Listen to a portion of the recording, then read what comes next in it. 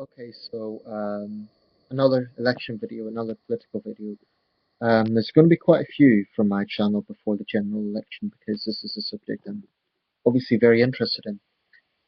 I'll just show you the column that's prompted me to make this video. I don't know if you can see that clearly. It says "Doomed on the Doorstep" by Isabel Hardman in the newspaper. Um, and it's basically an interesting analysis from her perspective of marginal seats and safe seats, and basically electioneering in general.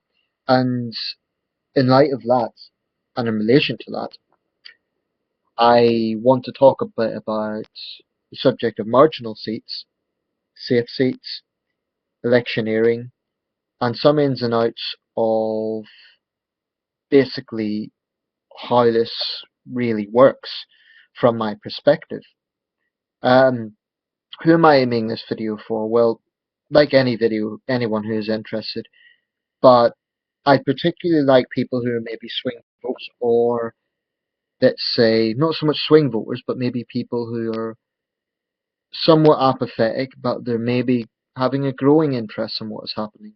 Because, like I say, I do believe this election is one of the most interesting we've ever had. So if you are interested in some of the ins and outs, maybe you'd be interested in this video. Um, okay, this, I don't know if these sort of terminologies are used in other countries, but in the UK, when we talk about marginal seats, basically, to give you a quick rundown, the country is divided into 650 parliamentary seats.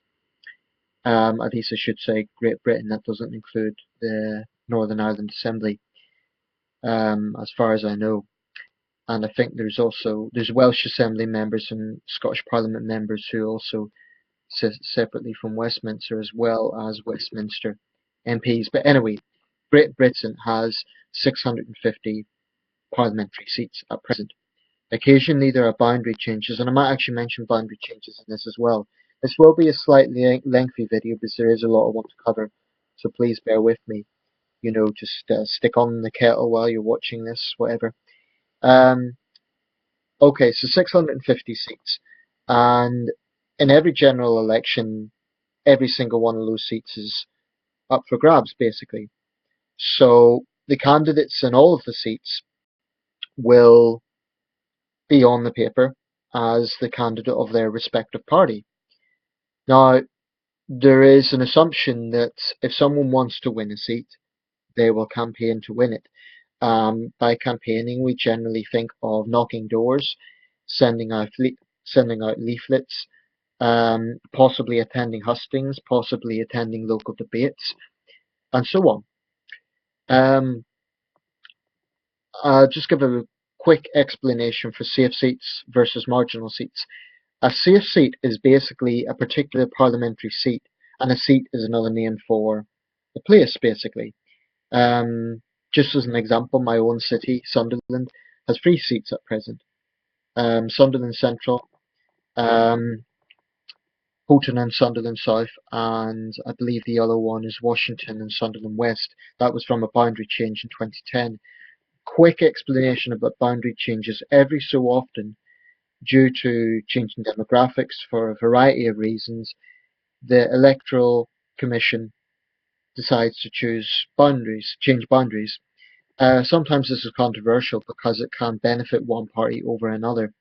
It can be a controversial issue, but um, inevitably you cannot keep exactly the same boundaries over decades and decades because the demographics do change, so that is the reason they change the boundaries.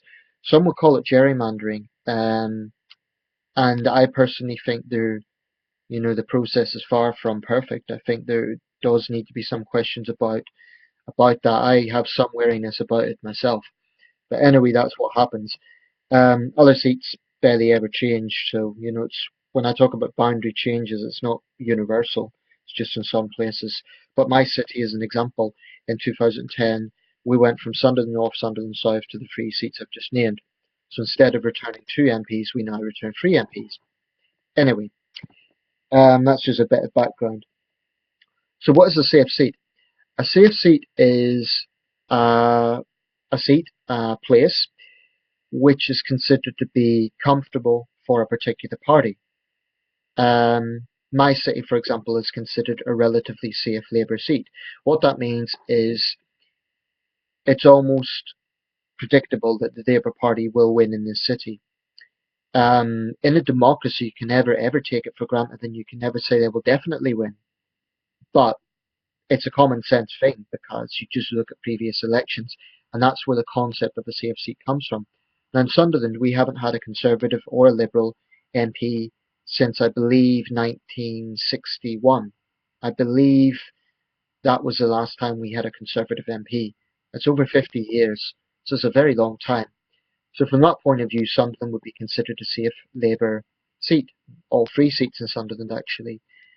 Um, and I'm just using my own city as an example. There would be other examples that would be a safe seat for other political parties. There's many parts of the South, for example, that would be considered safe Conservative seats.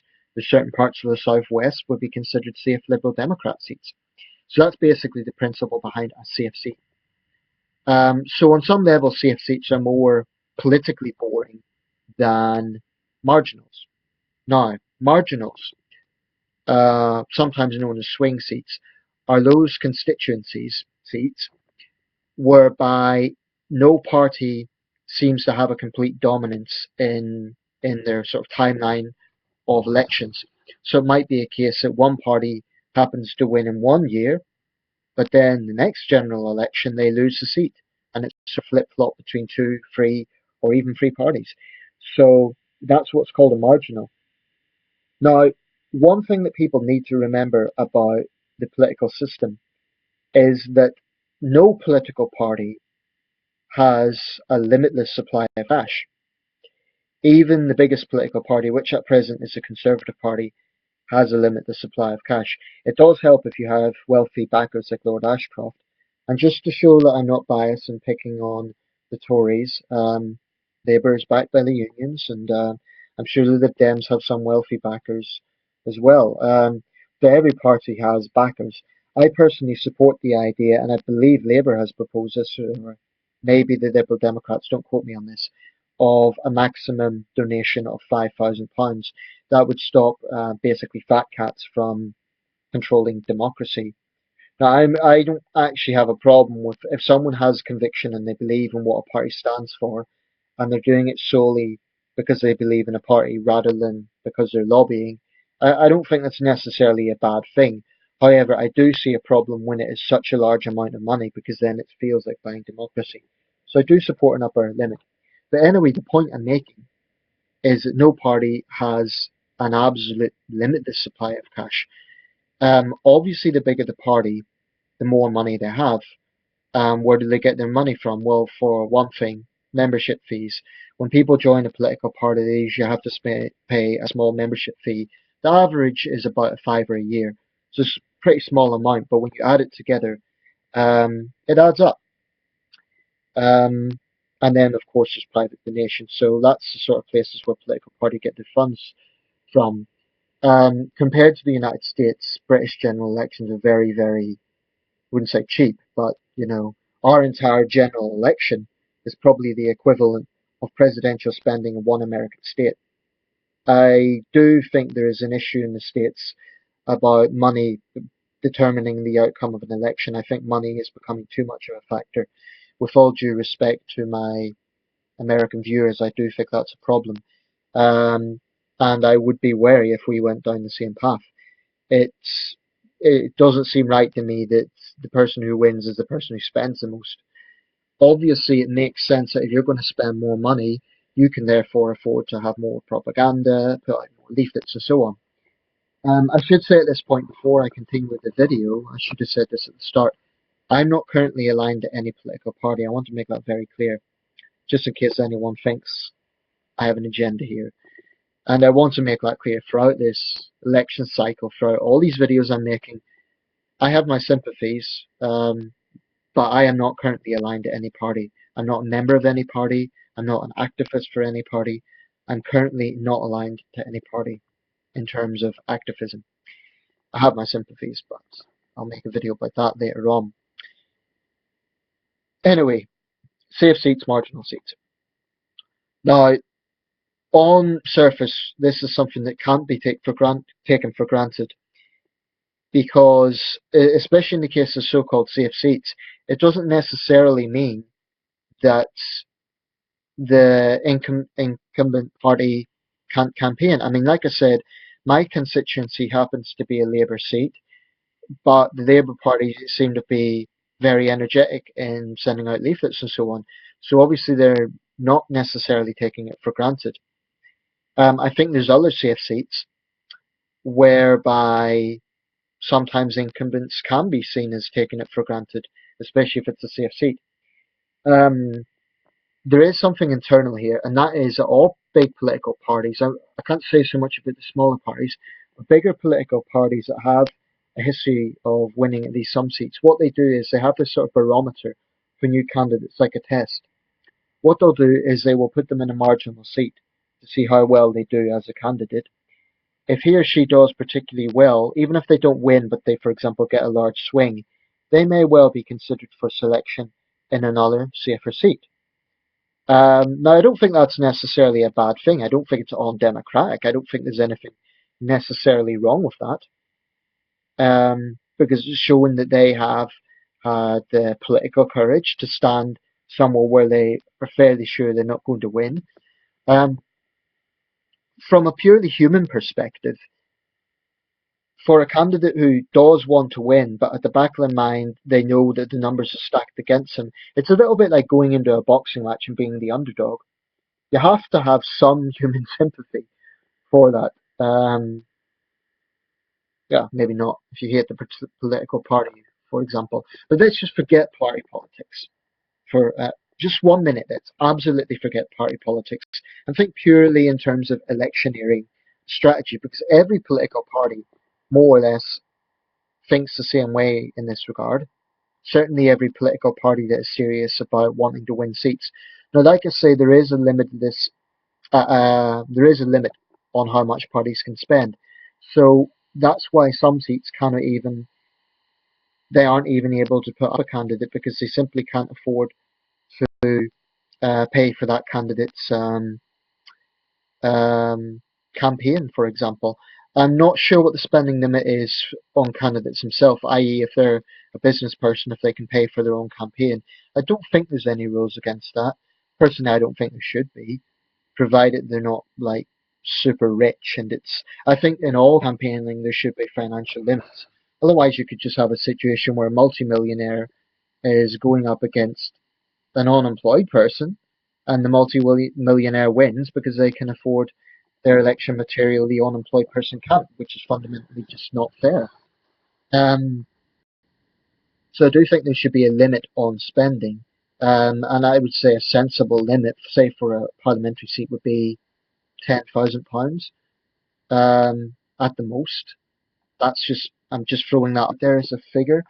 Um,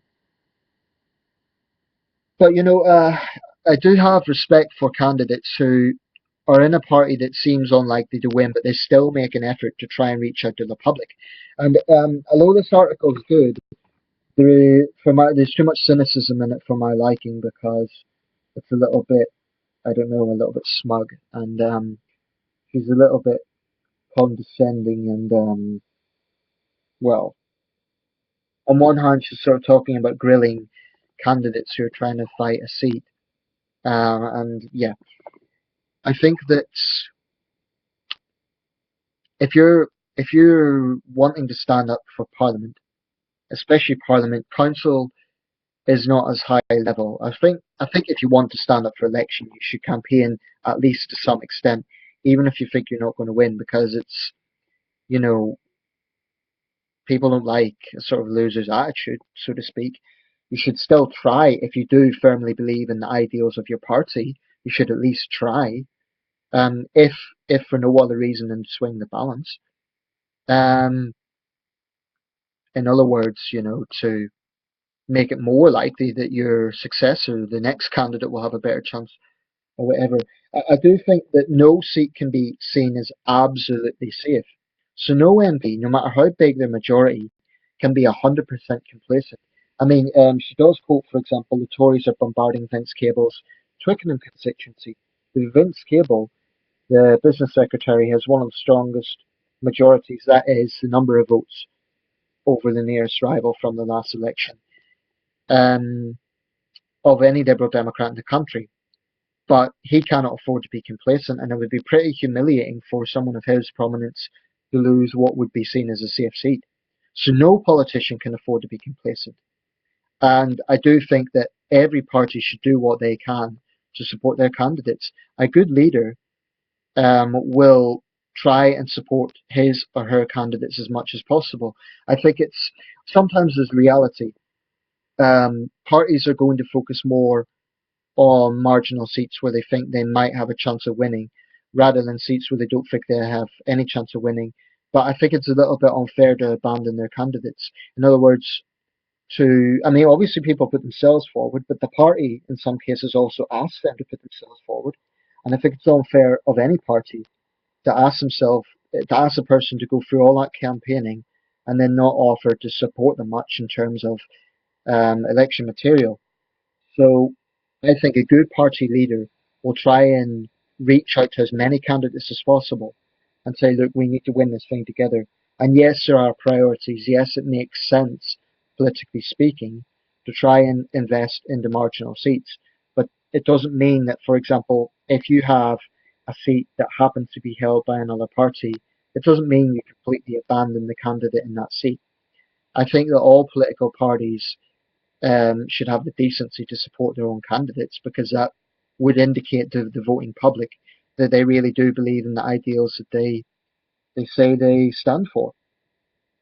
And in my view, it would also reduce cynicism. If one thing I will say that the public need to make their mind up. I mean, on one hand, you hear people complaining that, oh, this candidate isn't making an appearance.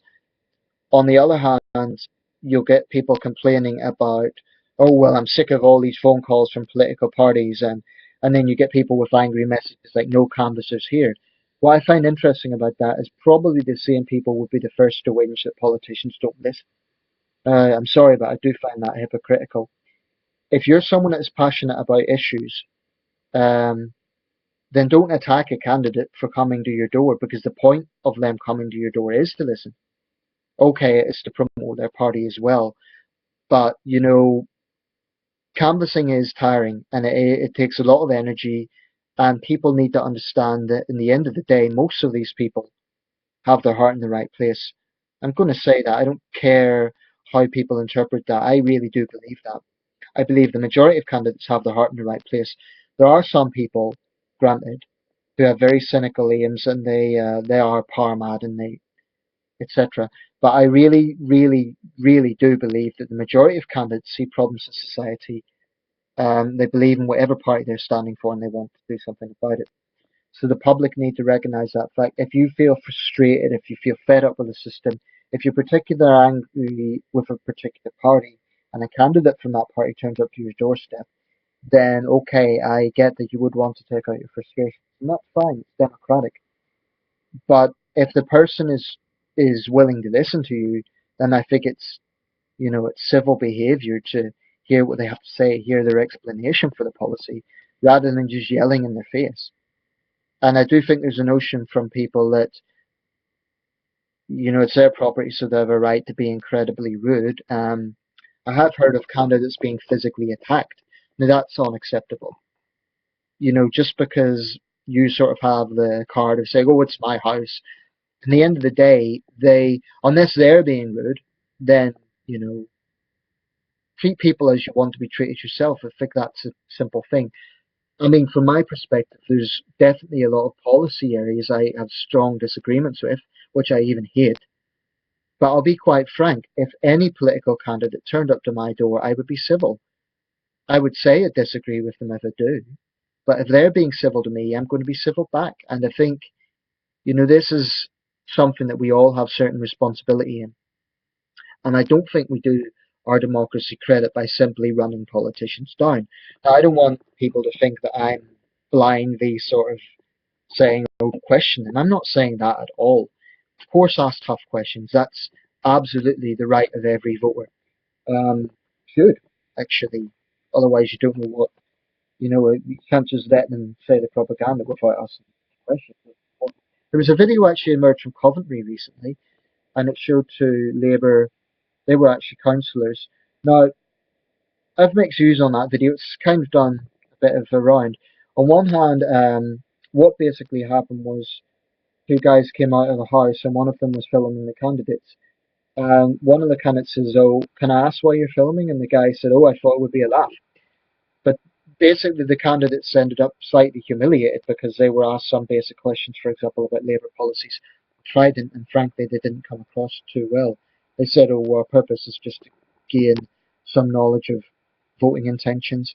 And political parties do that. They canvass to get an idea of who's going to vote for them, simply to build up statistics for their office to try and work out, electioneering. But unfortunately for those two candidates, they came across as being ill-informed. And actually, the man kind of went away in a bit of a huff, and he said, "Oh, they're just joking." One of the guys said, "No, no, I'm ex-Navy. I want to know. I'm genuinely interested." I've mixed views on that because I think sometimes canvassers do get some slack. I think they do. So there is a human element there. On the other hand, voters absolutely have a right to know about policies. So if you're canvassing and a voter asks you questions, it's your duty to provide them with an answer. I don't. I mean, I would say to the public, don't expect a council candidate to know the sort of details that the shadow chancellor is going to know. That's unfair. But it is a fair point to at least know basic things. I mean, the question the guy asked was, "What is Labour's position on Trident?" That was a perfectly reasonable question. And he was sounded civil to me. He didn't sound like he was being rude. Although when the guy with the camera said, "Oh, I thought it would be funny," I could understand why the councillors were wary of that. But all of this comes down to common sense. I would say one thing though: if you're sort of a Victor Melder type and you say, "Oh, I don't want to hear from any canvassers," that's fine. It's your right. But I would say you don't have a right to then complain that politicians don't listen. Because if they're canvassing in order to try and gauge opinion, then you can't complain that they don't listen. That's ridiculous. Anyway, I've talked for long enough here. I've covered a number of issues, but people just need to be aware of these things. They need to understand how political parties think. And it isn't necessarily for cynical reasons, it's simply for common sense, realistic reasons. Um, I'm not saying there isn't a devious side involved. I'm not saying that there isn't, of course political parties want to be in power. Of course they do. Because that's how they get legislation passed. That's how it works. Um, Let me know your thoughts. Let me know if wherever you are, let me know where you are. I'd be genuinely interested to hear seat to seat. Like I say, I'm in Sunderland Central. This is considered a relatively safe Labour seat. But, I wouldn't say that my local MP is complacent. I think she's a good MP.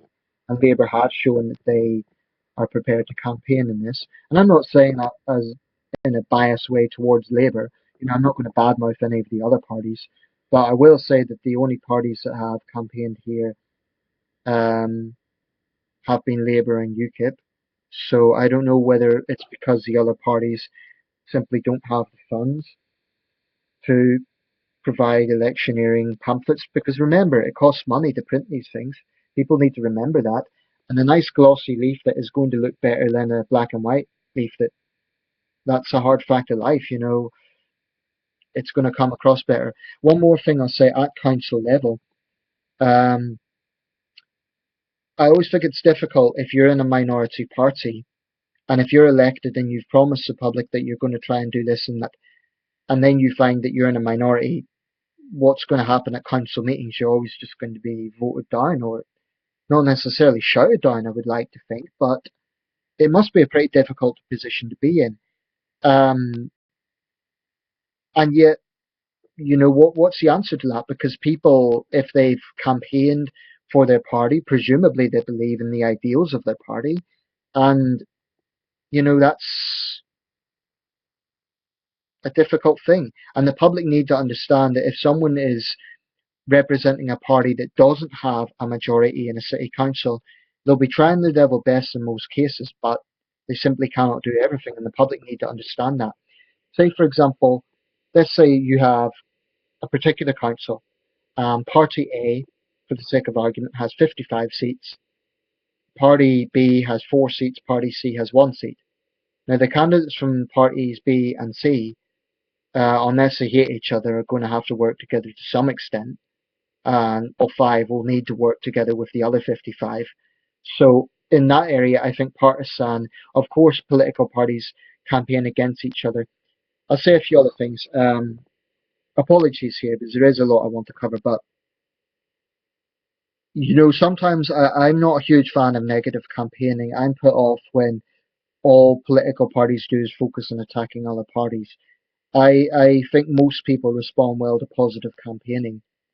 However, I think it's valid to point out differences between parties, and if they genuinely believe that another party has failed or done this or that in what they believe is the wrong way, I think that's valid. But what I don't like is attacking other parties just for the sake of it to get votes. I don't like that, and I would say that about any party. I think it puts off the public, and I don't think. I mean, me as a voter, it puts me off. I don't like to see leaflets where it's simply about bad mouthing the other party and saying how evil they are or whatever. I mean, if it's factual, that's fine, but I still think people generally respond more to um, positive campaigning. Because in the end of the day, especially at council level, if you're a candidate, you're going to have to work with those people in the council if you do get elected. So it doesn't make sense to be starting off with just a constant attack perspective. I understand the purpose behind it because you need to do it on some level in order to get elected because you need to show the differences. And in the end of the day, it's a competition. It's like, again, I'd use a boxer analogy simply because I'm interested in that sport. If two fighters are going into a big fight, they might be civil to one another if they're good sportsmen, but they will also say, I have a better job than this guy. Look at my record, etc., etc. It's pretty much the same with political parties, without the violence, of course. But yeah, anyway, I've spoken for a very long time in this video, and if you have been patient enough to watch all of this, I thank you. Please do let me know your thoughts. Um, what sort of style of campaigning do you like? Do you think it makes a difference if leaflets come through your door? Does that give you any favourable opinion about the party who's produced the leaflets? Does it make you think, well, they're working hard to try and get elected, so they're serious? Let me know your thoughts. And once again, just to be very clear about this, I'm not currently aligned to any party, and I have no intention of slandering any party. I'm just using all of these things as examples.